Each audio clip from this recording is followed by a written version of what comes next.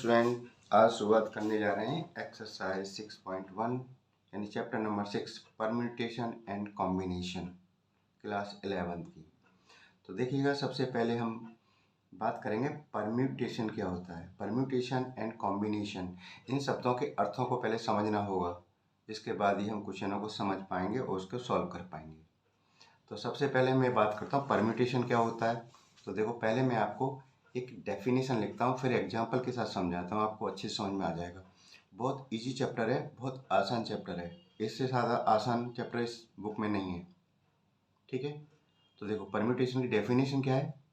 एक परम्यूटेशन, और टेंशन मत लेना, मैं जब करा रहा हूँ पहले लिख लेने दो मुझे, फिर इसके बाद समझाता हूँ।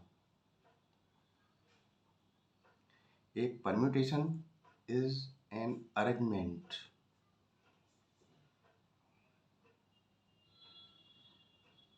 एक अरेंजमेंट होता है ये इन डेफिनेट ऑर्डर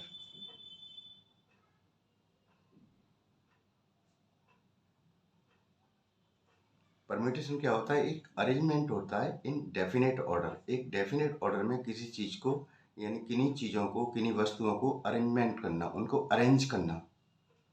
अब देखो एग्जांपल से मैं आपको समझाता हूँ, ध्यान दीजिएगा। जैसे ए, बी, सी, ये 3 अल्फ़ाबेट है हमारे। अब वो कह रहे हैं कि इन तीनों को अरेंज करके दिखाओ। तो देखो पहला अरेंजमेंट क्या होगा, मैं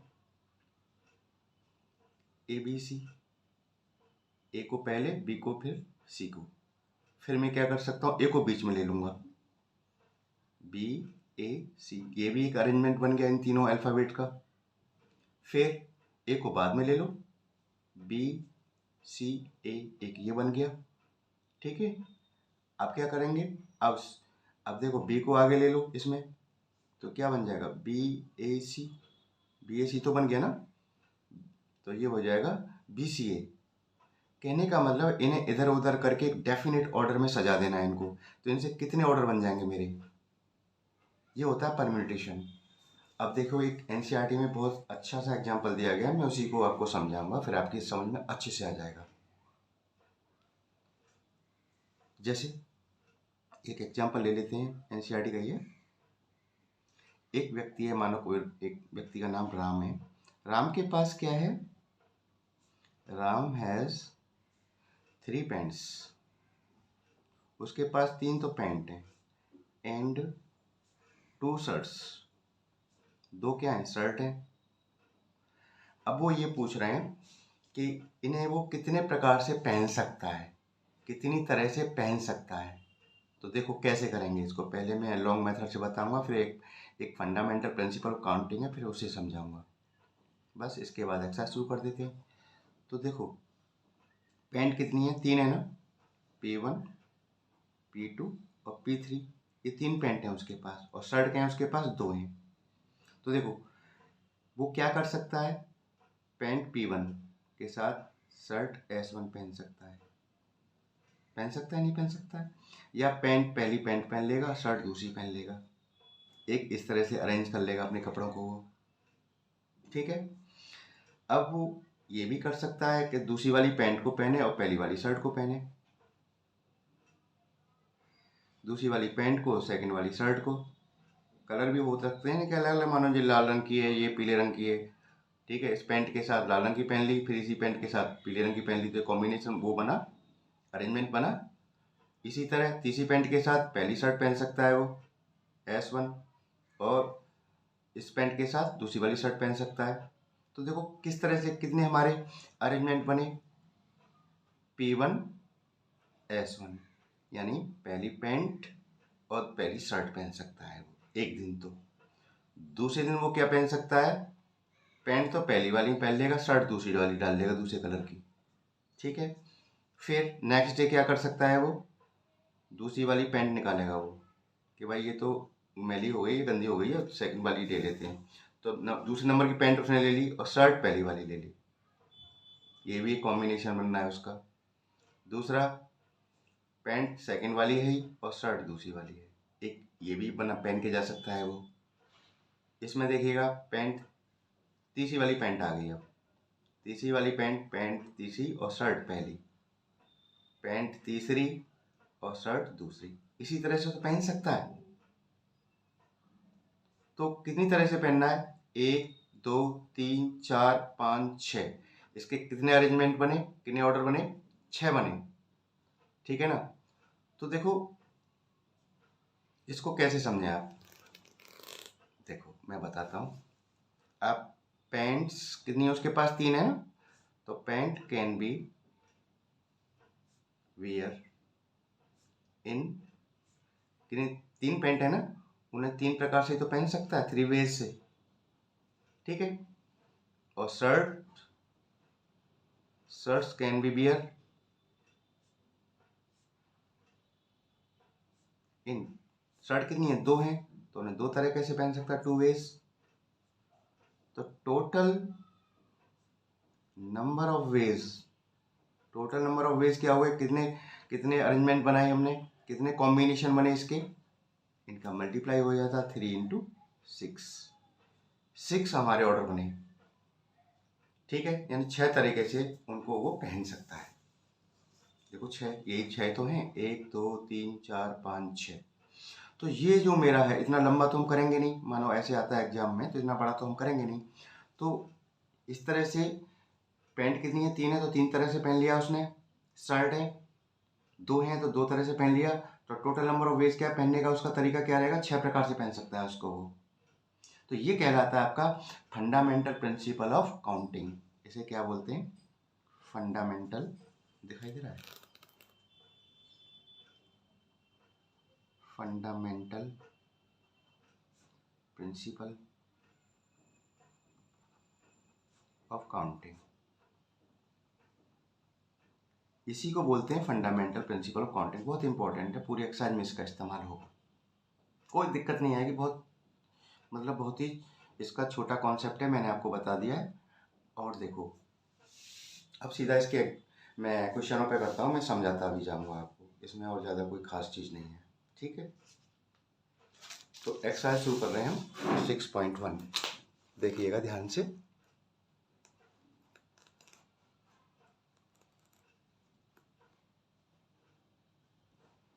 देखिएगा पहला question, how many 3 digit number can be formed, 3 digit वाले नंबर कितने बनाए जा सकते हैं फ्रॉम द डिजिट 1 2 3 4 5। ये डिजिट दे रखी हैं, इन डिजिट से मैं 3 डिजिट वाले कितने नंबर बना सकता हूँ यदि, उन्होंने एज्यूमिंग किया है that repetition of digit is allowed, यानी डिजिट हमारी रिपीट भी हो सकती हैं, रिपीट कर सकते हैं आप, अलाउ है। सेकंड में कह रहे हैं repetition of digits is not allow, अगर रिपीट ना करें तो कितने नंबर बन जाएंगे। देखो सुनो, तुम ही बताओ, छोटी सी बात लेता हूँ। जैसे 1 2 3, ये 3 डिजिट है मेरे पास, इनसे मैं कितने नंबर बना सकता हूँ? तो एक तो ये हो जाएगा 123 बन गया, ठीक है। एक 213 बन गया, 1 को बीच में ले लिया मैंने, ठीक है। फिर 3 को आगे ले लो, 3 2 1, इस तरह बनते चले जाएंगे, बनते चले जाएंगे। अब कितने बनेंगे, यही तो हमारा है फंडामेंटल प्रिंसिपल ऑफ काउंटिंग, कि कितने नंबर बन सकते हैं, कितने आसानी से निकाल देंगे। वैसे तुम किसी से पूछो, भैया 3 हमारे डिजिट दे रखी हैं, इनसे बताओ कितने नंबर बना सकते हो, ये डिजिट को क्या कर रहा है, रिपीट भी कर रहे हैं। तो रिपीट तो हो रहा है, यहाँ 1 है, इसमें भी 1 है, इसमें भी 1 है, रिपीटेशन हो रहा है, इसमें भी 2 है, इसमें भी 2 है, इसमें भी 2 है, ये इसमें रिपीटेशन है। और रिपीटेशन नॉट अलाउ होता है, तो क्या होता है, तो उसमें रिपीट नहीं कर सकते आप। तो देखो मैं बताता हूँ, इस क्वेश्चन को क्लियर हो जाएगी सारी चीज़ें आपकी। हाउ मैनी 3 डिजिट नंबर, क्या डिजिट वाला नंबर चाहिए उनको? 3 डिजिट वाला। तो जितने डिजिट की है वो, जितने नंबर्स की बात करता है, तो उसने बॉक्स बना लेना। 3 डिजिट की बात करा, 3 बॉक्स बना लेना, ठीक है। अब ध्यान से सुनता रहना, बस एक बार में समझ में आ जाएगा आपको अच्छे से। मैंने 3 बॉक्स बना लिए, फर्स्ट बॉक्स है, ये सेकंड बॉक्स। मैंने 3 क्यों बनाए? क्यों, उन्होंने कहा है 3 डिजिट नंबर्स, 3 डिजिट वाले नंबर। 3 डिजिट वाले में क्या होता है, 1 2 3, यही तो होते हैं, 1 2 3, इसे 3 बॉक्स बनाए मैंने। अब तुम बताओ हमारे पास डिजिट क्या दे रखी हैं, 1 2 3 4 एंड 5, ये डिजिट है। इनसे हमें, इन नंबरों से मुझे क्या बनाना है, कितने डिजिट, 3 डिजिट के नंबर कितने बन जाएंगे इन डिजिट से, तो कितने बन जाएंगे ध्यान देना आप। अब देखो पहला बॉक्स है और पहले कह रहे हैं वो repetition of digit is allow, या रिपीटेशन अलाउ है, तो फर्स्ट मैं कर रहा हूँ। देखो पहले वाले बॉक्स को मैं कितनी तरह से भर सकता हूँ, इसमें 1 भी डाल सकता हूँ, 2 भी डाल सकता हूँ, 3 भी डाल सकता हूँ, 4 भी डाल सकता हूँ, 5 भी डाल सकता हूँ। इन डिजिट से तो बनाना है मेरे को, ये डिजिट तो इस्तेमाल करनी है नंबर बनाने के लिए 3 डिजिट वाला। तो पहले बॉक्स में मैं कितनी तरह से भर सकता हूँ, 1 2 3 4 5, इसे 5 तरीके से भर सकता हूँ, यानी पांचों में से किसी को डाल सकता हूँ। तो उसके भरने के वेज कितने हो गए, 5 वेज, तो आप लिखेंगे 5 वेज। क्लियर। अब रिपीटेशन अलाउ नहीं होता तो इसमें से एक डिजिट हम हटा देते। मान लो जैसे कि मानो मैंने इसमें 2 भरा है, तो रिपीटेशन अलाउ नहीं तो इसको हटाना पड़ेगा मुझे। लेकिन उन्होंने कहा रिपीटेशन ऑफ डिजिट अलाउ है, तो यानी इस बॉक्स को मैं कितनी तरह से भर सकता हूँ, इनमें से पांचों में से किसी को डाल सकता हूँ ना, तो रिपीटेशन तो अलाउ है, जो इसमें डाला है वो इसमें भी डाल सकता हूँ मैं, तो ये हो जाएगा 5 वेज, ये भी 5 वेज से भरा जा सकता है बॉक्स। ठीक है, रिपीटेशन अलाउ है इसलिए कोई डिजिट इसमें से नहीं कटेगी, इसको दोबारा भी लिख सकते हैं, 3 बार भी लिख सकते हैं, 4 बार भी लिख सकते हैं एक ही डिजिट को। तो इनमें भी हम ये लास्ट वाला जो बॉक्स है इसे कितने तरीके से भर सकता हूँ, 1 2 3 4 5 में से किसी को डाल सकता हूँ, ये भी 5 वेज से हो गया। ठीक है, अब क्या करेंगे एग्जाम में, आप लिखेंगे box first can be fill, इसे भरा जा सकता है बाई 5 वेज, 5 वेज से भर दिया मैंने। और box second can be fill, ये भी 5 वेज से भरा जा रहा है, 5 वेज। और box third can be fill, ये कितने वेज से भरा जा रहा है, 5 वेज से, 5 वेज। अब यहां लिखेंगे बाई फंडामेंटल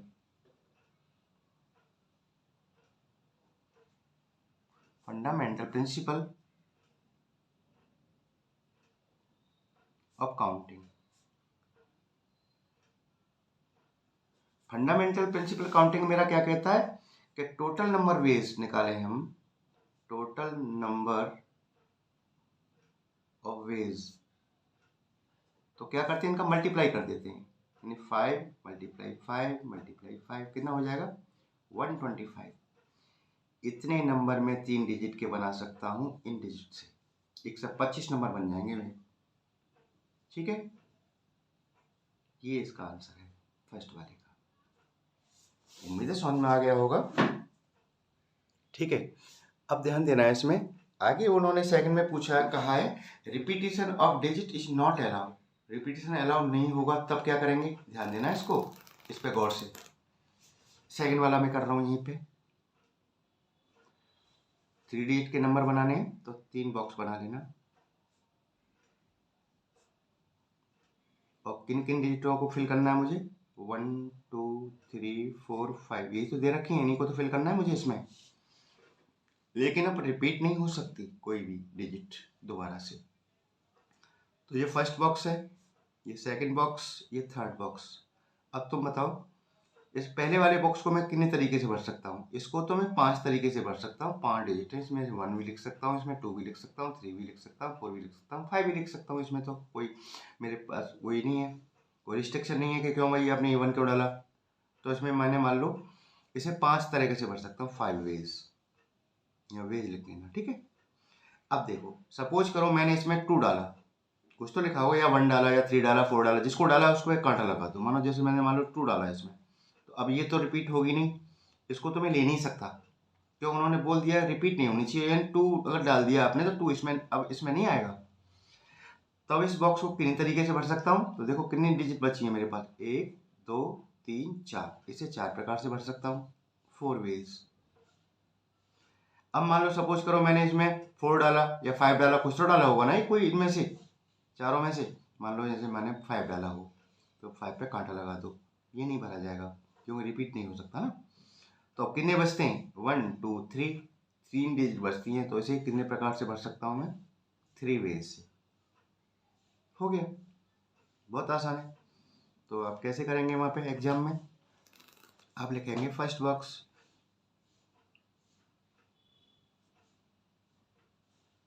कैन फिल भाई 5 वेज, ये 5 वेज से भरा जा रहा है पहला वाला बॉक्स। सेकंड बॉक्स इसे कितने से भर रहे हो बताओ, 4 वेज से, देखो लिखा है ना 4 ways, 4 ways. Third box can fill by 3 ways by fundamental principle of counting से हम क्या करते हैं, टोटल वेज कितने हो जाएंगे हमारे, मल्टीप्लाई कर दो इसका 4 5 4 3 का, बस हो गया हमारा क्वेश्चन। 5 × 4 × 3 60 नंबर बन जाएंगे आपके, अगर डिजिट रिपीट नहीं करते हैं तो। अगर डिजिट रिपीट नहीं कर रहे हैं तो कितने नंबर बन के आएंगे, 60 बन जाएंगे आपके। तो वैसे बहुत मुश्किल हो जाता, और फंडामेंटल प्रिंसिपल ऑफ काउंटिंग से अगर करते हैं तो कितनी आसानी से मैंने बता दिया कि 60 नंबर बनेंगे इनसे, इन डिजिट से, अगर रिपीट नहीं हो रही है डिजिट तो। और रिपीट हो रही हैं तो कितने बनने थे मेरे, 125। समझे इस चीज को, समझ में आ रहा होगा ना। अब करते हैं हम सेकंड क्वेश्चन, सेकंड को देख लो।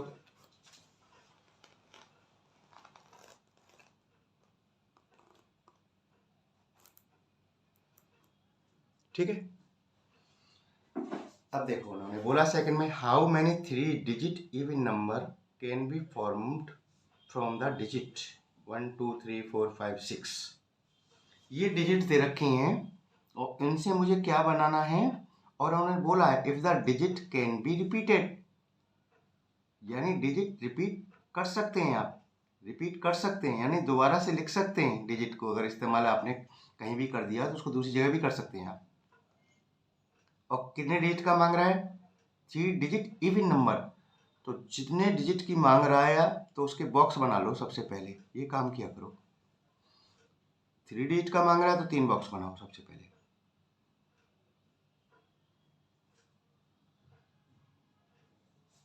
सही है। अब हमारे डिजिट कौन कौन सी हैं जो दे रखी है जिनसे हमें नंबर बनाने हैं, 1 2 3 4 5 एंड 6।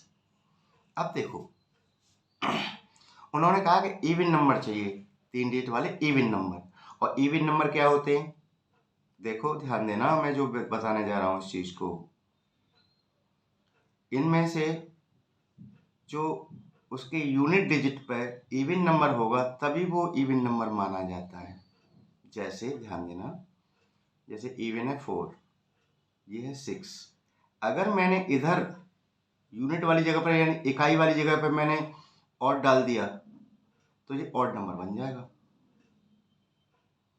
हाँ, यहां पर अगर आपने इवन लिख दिया तो ये इवन नंबर बन जाएगा पूरा का पूरा, चाहे यहाँ पे दोनों जगह पे क्या होना चाहिए, चाहे ऑड हो, जैसे 3 ऑड है 5 ऑड है, लेकिन आपने यहाँ पे 4 डाल दिया तो ये पूरा का पूरा नंबर क्या बन गया, हमारा इवन नंबर बन गया, 3 डिजिट वाला।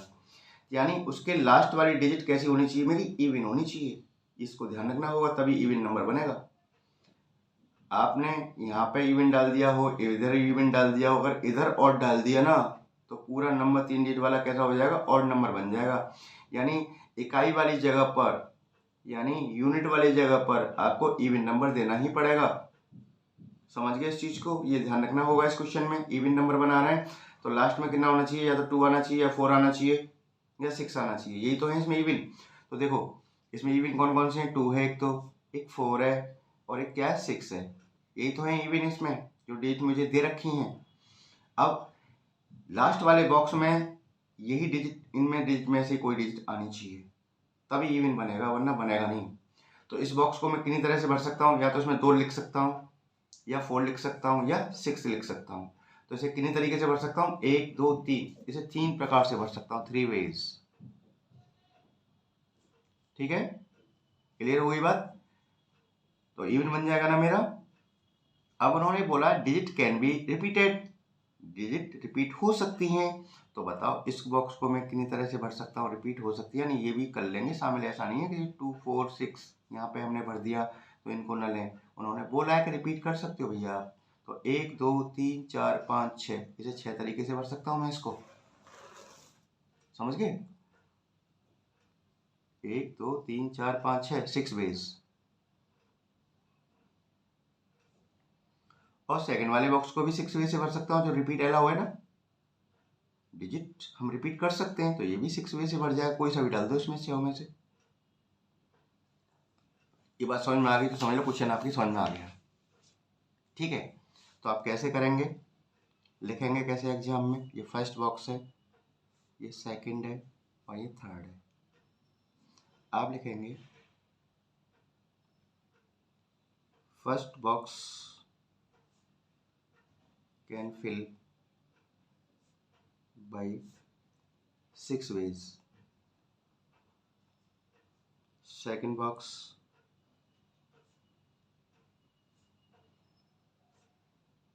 कैन फिल बाय, ये भी 6 वे से भरा जा रहा है, लिखा हुआ है ना। और थर्ड बॉक्स है जो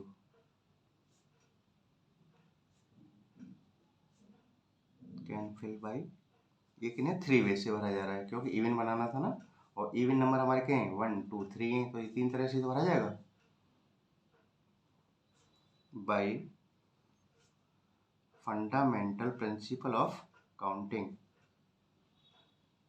से हम क्या सकते हैं, टोटल नंबर ऑफ वेज क्या करते हैं, मल्टीप्लाई कर देते हैं इसका। 6 इंटू 6 इंटू 3, 6 या 36 इंटू 3, 3 से मल्टीप्लाई कर दो, इसका कितना आ जाता है 108। इतने नंबर बन जाएंगे इवन नंबर इन डिजिट से, अगर रिपीट कर सकते हैं आप तो, ठीक है।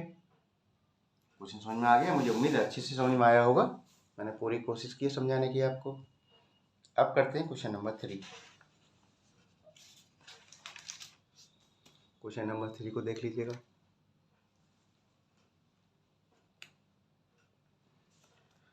क्वेश्चन नंबर 3 क्या कहता है, ध्यान दीजिएगा। How many 4 letter codes, 4 letter का कोड बनाना है, 4 लेटर से एक कोड बनाना है। कोड नंबर होते हैं कोड, जैसे मोबाइल में कोड लगता है, सूटकेस के लॉक में कोड लगता है, जो कोड होते हैं। Can be formed using first 10 letter of English alphabet. तो देखो 4 लेटर कोड बना रहे हैं ना, तो सबसे पहले 4 बॉक्स बनाओ। कुछ ना करो, सबसे पहले जितना 4 लेटर का मांग रहा है, या भी 3 डिजिट का मांगा था तो 3 बॉक्स बनाए थे, इसमें 4 लेटर कोड मांग रहा तो 4 बना लो उसको।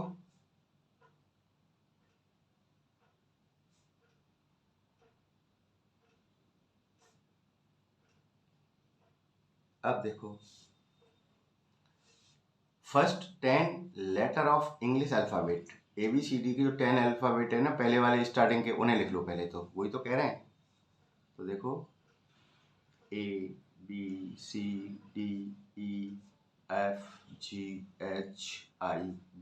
हो गए 10 ना, हो गए 1 2 3 4 5 6 7 8 9 10, ये हैं पहले वाले जो हमारे ABCD के पहले वाले 10 लेटर अल्फ़ाबेट, ठीक है। अब वो कह रहे हैं if no letter can be repeated, लेकिन कोई भी रिपीटेशन अलाउ नहीं है इसमें, कोई भी लेटर दोबारा नहीं लिख सकते। जैसे मानो आपने ए डाल दिया इसमें, तो इसमें आप ए नहीं ले सकते। सपोज करो इसमें आपने डी डाल दिया, तो इसमें आप डी नहीं ले सकते, कहीं भी और नहीं ले सकते डी। ई डाल दिया तुमने किसी बॉक्स में ई को, तो फिर दोबारा से ई नहीं लेंगे। तो कितने कोड बन जाएंगे, तो देखो ध्यान दो, ये फर्स्ट बॉक्स है आपका, ये सेकंड बॉक्स, थर्ड बॉक्स और ये फोर्थ बॉक्स। समझ गए इस चीज़ को। अब तुम ही बताओ पहले वाले बॉक्स को मैं कितनी तरह से भर सकता हूँ। इसमें तो देखो ए भी डाल सकता हूँ, B B C B D B E F G, यानी 10 में से किसी को भी डाल सकता हूँ मैं। तो इसको कितनी तरीके से भर सकता हूँ मैं, 10 तरीके से। तो 10 वेज ऐसे लिख लेना। अब तुम ही बताओ, मैंने इसमें कुछ तो डाला हुआ है 10 में से, 10 जो अल्फ़ाबेट दे रखे हैं ए बी से लेके जे तक, इसमें से कुछ तो लिखा होगा। वो रिपीट नहीं होगा जो मैंने इसमें डाल दिया। मानो सपोज करो मैंने ए डाल दिया इसमें, मान लो, तो ए अब रिपीट नहीं होगा, यानी एक खत्म हो गया। अब बचे कितने मेरे पास, 9 बचे ना। तो इस वाले बॉक्सों में कितनी तरह से भर सकता हूँ, 9 वेज से। तो 9 ही तो बचे हैं मेरे पास। अब एक और डाल दिया मैंने इसमें, तो एक को और खत्म कर डालो। मानो बी डाल दिया आपने, बी को हटा दो, मान लो किसी को भी, ये हटा दिया, ए हटा दिया। अब कितने बचे, 1 2 3 4 5 6 7 8, इसे 8 प्रकार से भर सकता हूँ मैं।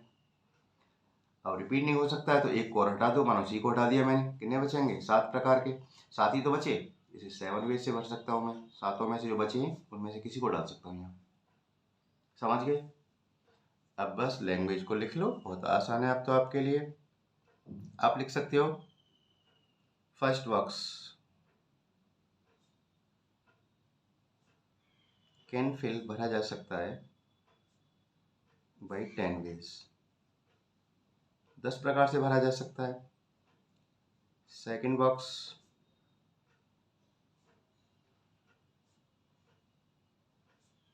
इसको कितनी तरह से भरना है, 9 वेज से। Third box,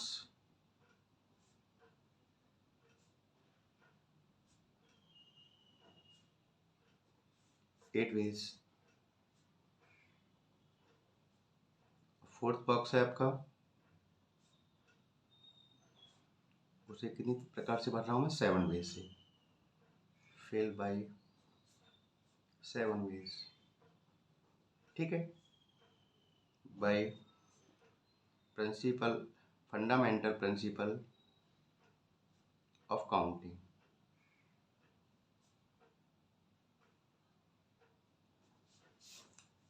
fundamental principle of counting क्या कहता है कि जो नंबर ऑफ वेज है ना, इनका मल्टीप्लाई कर टोटल नंबर आ जाएंगे, टोटल नंबर ऑफ वेज आ जाएंगे आपके।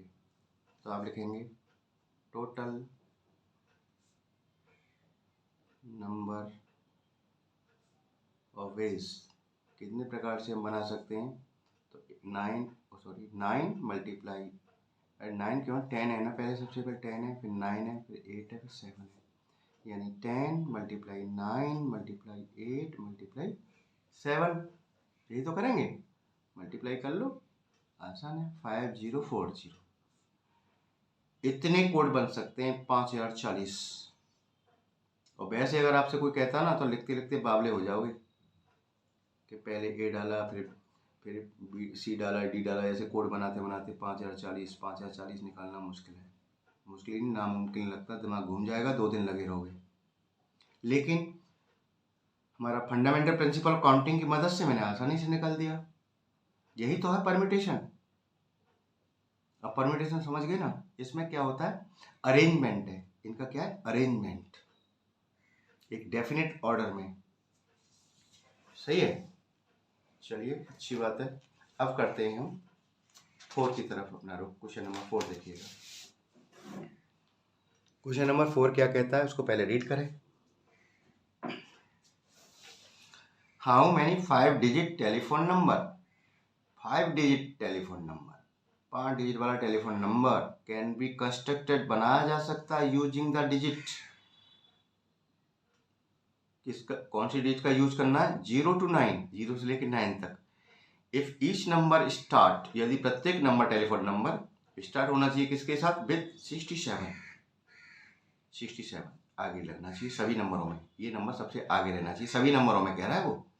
And no digit appears more than 1, और कोई भी डिजिट एक से ज़्यादा बार दिखाई ना दे जाए मेरे को। मोर देन 1, एक बार से ज़्यादा, यानी रिपीटेशन अलाउड नहीं है, रिपीट नहीं कर सकते आप। इस चीज़ को समझ गए तो समझ लो, समझ में आ गया।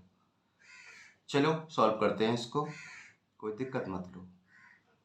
देखो how many 5 digit telephone number है, 5 डिजिट का टेलीफोन नंबर मांगा तो 5 डब्बे बना लो।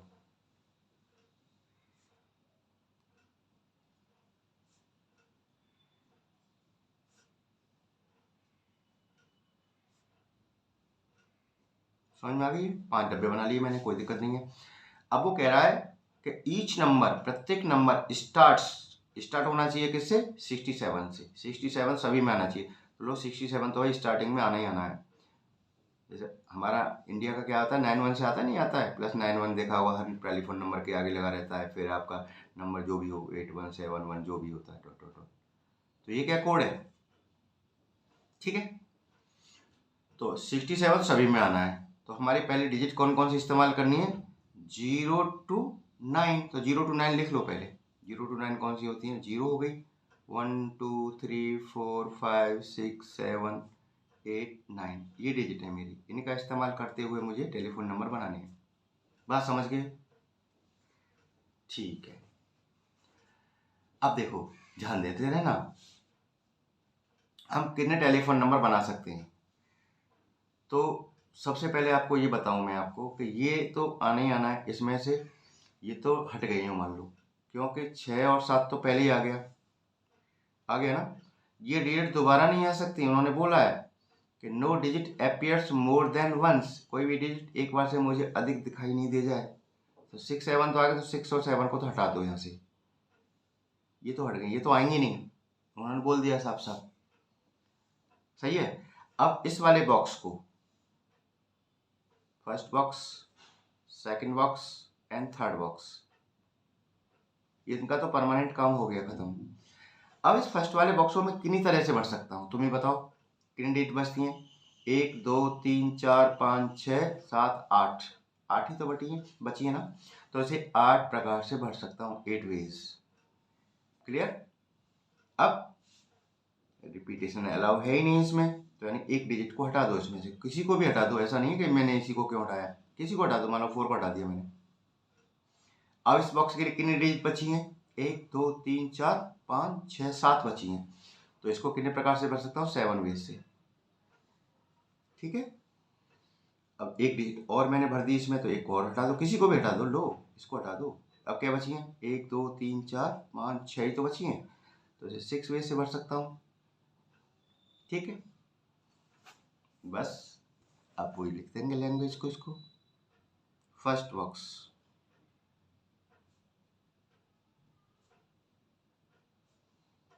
कैन बी फिल बाय, कितने प्रकार से भर रहा हूँ इसको, 8 वेज से, 8 वेज। सेकंड बॉक्स,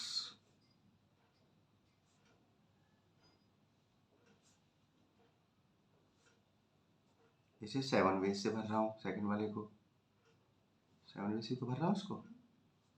थर्ड वाला रह गया आपका,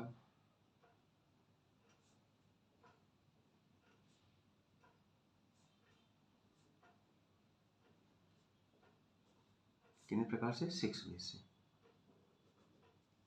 बात समझ गए, बस यहाँ तक समझ में आ गया, समझ लो हो गया क्वेश्चन आपका। क्वेश्चन में बचा ही क्या, कुछ नहीं बचा है। आप लिखेंगे bye fundamental principle of counting से हम क्या कर सकते हैं, total number of ways, total number of ways निकालते हैं, इनका मल्टीप्लाई कर देते हैं, 8 इंटू 7 इंटू 6, बताओ सही है ना। ये हो जाएगा 8 इंटू 42 और ये हो जाएगा 33, 336। इतने टेलीफोन नंबर बन जाएंगे आपके अगर इन डिजिटों का हमें इस्तेमाल करूं, लेकिन 67 आगे कोड के रूप में लिख लूँ तो मेरे 336 336 टेलीफोन नंबर बन जाएंगे। ये आपका आंसर हो जाता है। क्वेश्चन नंबर 4 भी हो गया। क्लियर हो रहा है ना, बस क्लियर ही होना चाहिए भाई, तभी मेरी मेहनत सफल होगी जब आपकी समझ में आ जाएगा, ठीक है ना। पूरा प्रयास तो पूरा करता हूँ, लेकिन अब आप समझ कैसे रहें ये मुझे नहीं पता चल रहा। आपको रिप्लाई भी नहीं देते हैं, ना कोई कमेंट करता है, ना कोई बताता है।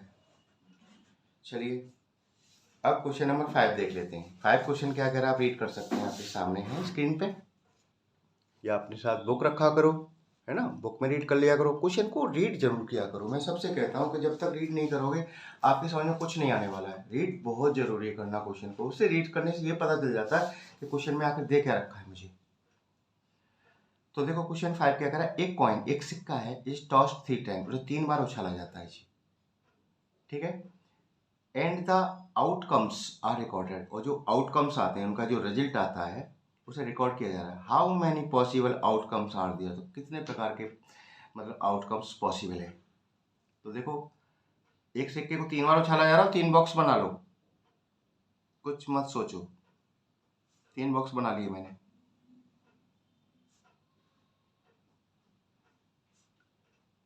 ठीक है,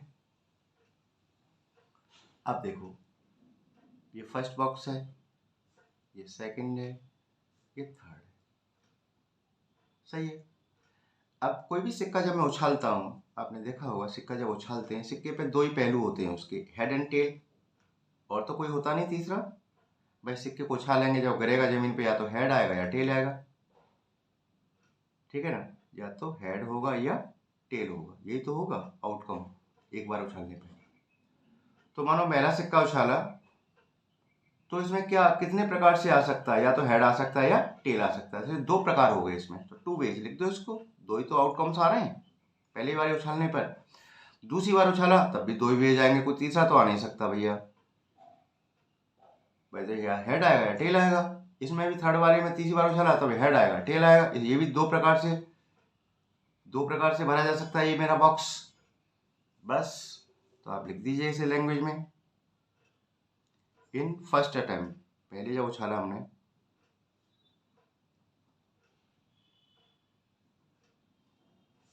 कितने आउटकम्स आ रहे हैं, 2, ठीक है। इन सेकेंड अटेम्प्ट में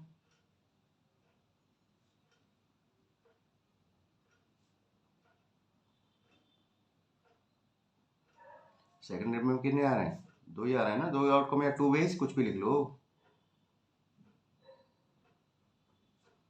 इन थर्ड अटेम्प्ट में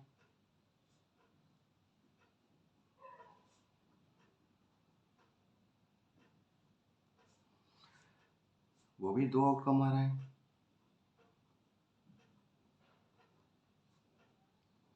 by fundamental principle of counting से हम बता सकते हैं total number of outcomes, total number of outcomes multiply कर दो इनका, 2 इंटू 2 इंटू 2 कितना हो गया, 8। ये इसका आंसर हो गया। कितना आसान क्वेश्चन है बताओ, इसमें कोई दिक्कत तो मुझे नहीं लगता तुम्हें आई होगी, है ना। अब करते हैं इसका लास्ट क्वेश्चन है एक्सरसाइज का 6 को देख लो।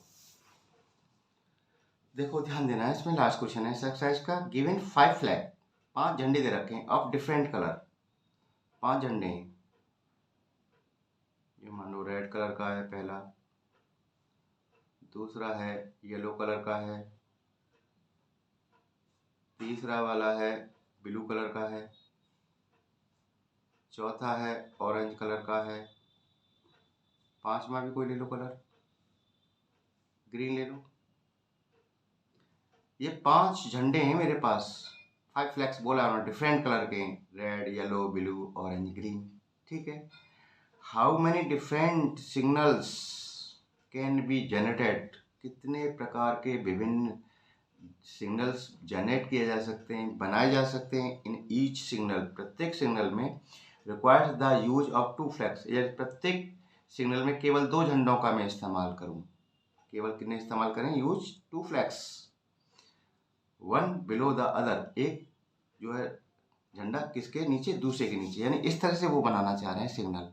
देखो ऐसे वो केवल 2 झंडों का इस्तेमाल करना चाह रहे हैं, और एक ऊपर कलर होना चाहिए और एक नीचे, इस तरह से। बात समझ में आ गई। तो कितने सिग्नल बन जाएंगे उन्होंने ये पूछा है। अब तुम ही बताओ, ये फर्स्ट बॉक्स हो गया एक तरह से, ये सेकंड बॉक्स हो गया। इसमें मैं पांचों में से कोई भी झंडा डाल सकता हूँ ना एक, बताओ यार। तो रेड डाल सकता हूँ, रेड लगा सकता हूँ, या येलो लगा सकता हूँ, या ब्लू या ऑरेंज या ग्रीन, कोई भी लगा सकता हूँ ना यार। तो इसमें आप कोई सा भी डाल दें आप, जैसे मान लो आपने रेड डाल दिया, तो इसे कितने प्रकार से भर रहा है हमें, 5 वेज से, 5 प्रकार से कोई सा भी डाल देना है इसमें। तो इसको फिल करने का जो वेज है, नंबर ऑफ वेज कितने हो जाएंगे, 5। भाई इनमें से किसी को भी डाल दो आप। लेकिन एक बात बताओ, जो आपने डाला है वो दूसरा डालने, उसे दोबारा नहीं डाल सकते ना। मानो सपोज करो आपने रेड डाला इसमें, तो दोबारा रेड नहीं ले सकते, सिग्नल कहाँ बनेगा, फिर तो रेड रेड हो जाएगा ना। तो कहने का मतलब कलर रिपीट नहीं हो रहा है, इसमें कोई रिपीट नहीं हो सकता है। जैसे मानो आपने ऑरेंज डाला तो दोबारा से ऑरेंज यहाँ नहीं ले सकते आप, दूसरा कलर ही लेना पड़ेगा। सपोज करो आपने यहाँ रेड डाल दिया तो रेड को हटाना पड़ेगा ना, या रेड तो डाल ही नहीं सकता इसमें मैं। तो इसको कितने तरह से भर सकता हूँ, येलो डाल सकता हूँ, इसमें ब्लू डाल सकता हूँ, ऑरेंज डाल सकता हूँ, ग्रीन डाल सकता हूँ, यानी 1 2 3 4, इसे 4 प्रकार से भर सकता हूँ, यानी चारों डंडे में से किसी को भी लगा सकता हूँ। तो इसके 4 वेज हो जाएंगे। समझ गए इस चीज को, यानी एक ही रंग के 2 झंडे नहीं लगा सकता फ्लैग इसमें। तो आप लिख सकते हो फर्स्ट पार्ट, इसका फ्लैग का क्या फर्स्ट है, फर्स्ट पार्ट मान लो इसको, first part can be fill by 5 ways. इसे 5 वेज से मैं भर सकता हूँ, यानी 5 झंडों में से किसी को लगा सकता हूँ। Second part